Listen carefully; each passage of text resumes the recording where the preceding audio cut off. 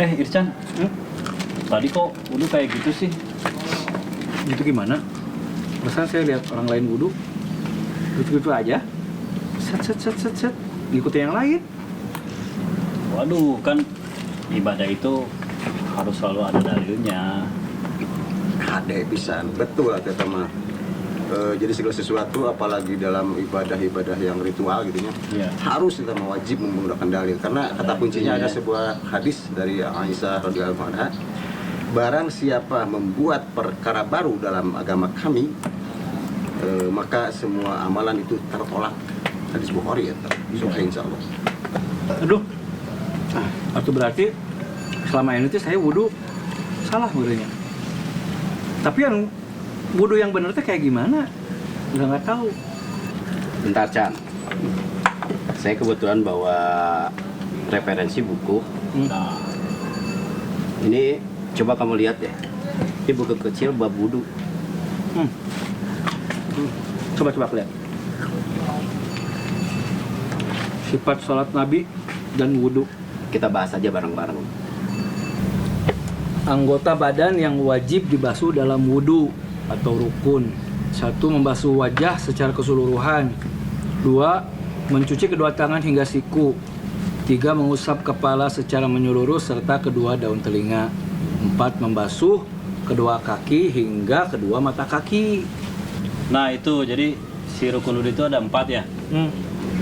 Nah kalau yang 4 itu tidak dilaksanakan dengan tidak sempurna, ya si wudhunya batal.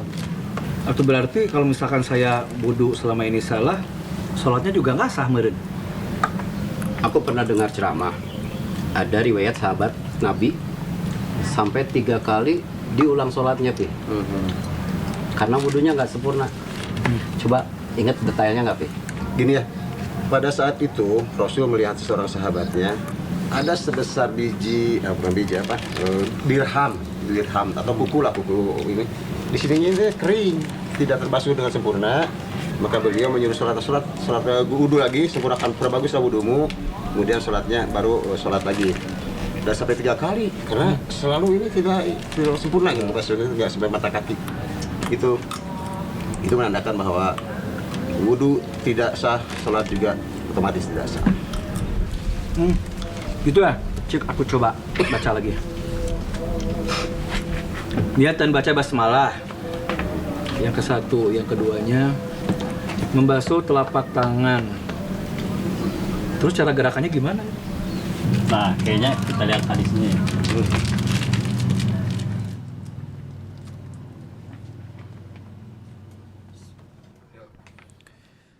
Dari Lakid bin Sobiroh, beliau berkata, Rasulullah bersabda, sempurnakanlah wudhu, selai-selailah dengan menggosok di antara jari-jari. Diriwayatkan oleh imam yang 4 dan disahihkan oleh Ibnu Huzaimah. Kemudian berkumur-kumur dan beristinsyak serta istinsar. Dari Abdullah bin Zaid bin Asim tentang tata cara wudhu Nabi, beliau berkata, Rasulullah Shallallahu Alaihi Wasallam memasukkan tangannya, lalu beliau berkumur dan beristinsyak dari 1 telapak tangan. Beliau melakukan hal itu 3 kali. Lalu membasuh wajah aja ini teh atau gimana?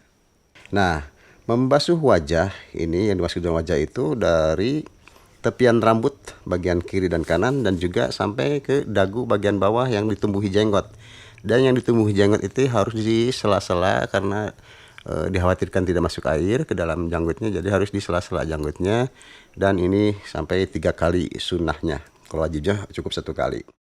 Dalilnya sama di ayat 6 di surat Al-Maidah, yaitu apabila kalian hendak melaksanakan sholat maka basuhlah wajah kalian.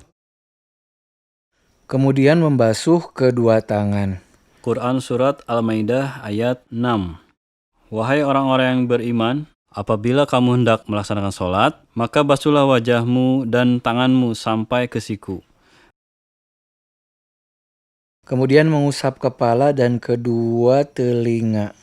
Dari Abdullah bin Amr tentang tata cara wudhu, beliau berkata, Rasulullah Shallallahu Alaihi Wasallam mengusap kepalanya, Maka beliau menggerakkan kedua telapak tangannya dari depan ke belakang dan kembali lagi ke depan.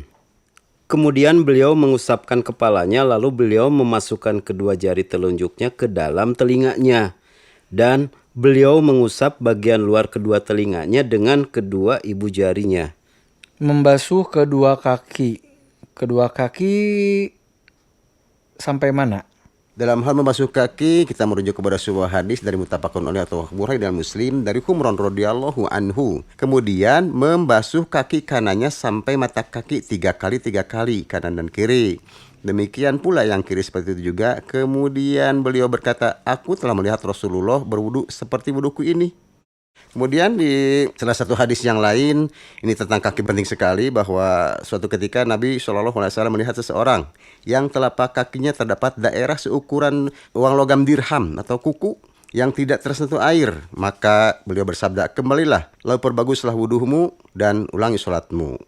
Lalu diakhiri dengan membaca doa. Ini doanya gimana? Ya, itu penting juga itu. Jangan sampai terlewat ya, sayang kalau terlewat nih. Karena dalam sebuah hadis nih tentang doa itu, begini bunyi hadisnya dari Umar. Rasulullah SAW bersabda, tidak ada seorang pun di antara kalian yang berwudu lalu dia menyempurnakan wudunya, kemudian mengucapkan, aku bersaksi bahwa tidak ada Tuhan yang berhak disembah dengan benar kecuali Allah semata, dan tidak ada sekutu baginya, dan aku bersaksi bahwa Muhammad adalah hamba dan utusan Allah, melainkan pasti dibukakan untuknya pintu-pintu surga. Dan di riwayat lain ada tambahan juga ini, dan ini sahih juga diriwayatkan At-Tirmizi, disahihkan oleh Nasiruddin Al-Albani, yaitu, ya Allah, jadikanlah diriku termasuk orang-orang yang banyak bertaubat dan orang-orang yang menyucikan diri. Kalau teks Arabnya, asyhadu an la ilaha illallah wahdahu la syarikalah wa asyhadu anna Muhammadan abduhu wa rasuluh. Dan tambahan di riwayat lain, yaitu riwayat At-Tirmizi, beliau menambahkan, Allahumma ja'alni minat tawabina wa ja'alni minal mutatahhirin. Wah, obrolannya bermanfaat pisan. Jazakumullah khairan katsiran. Amin. Sekarang mah kita ngemil lagi. Ngemil.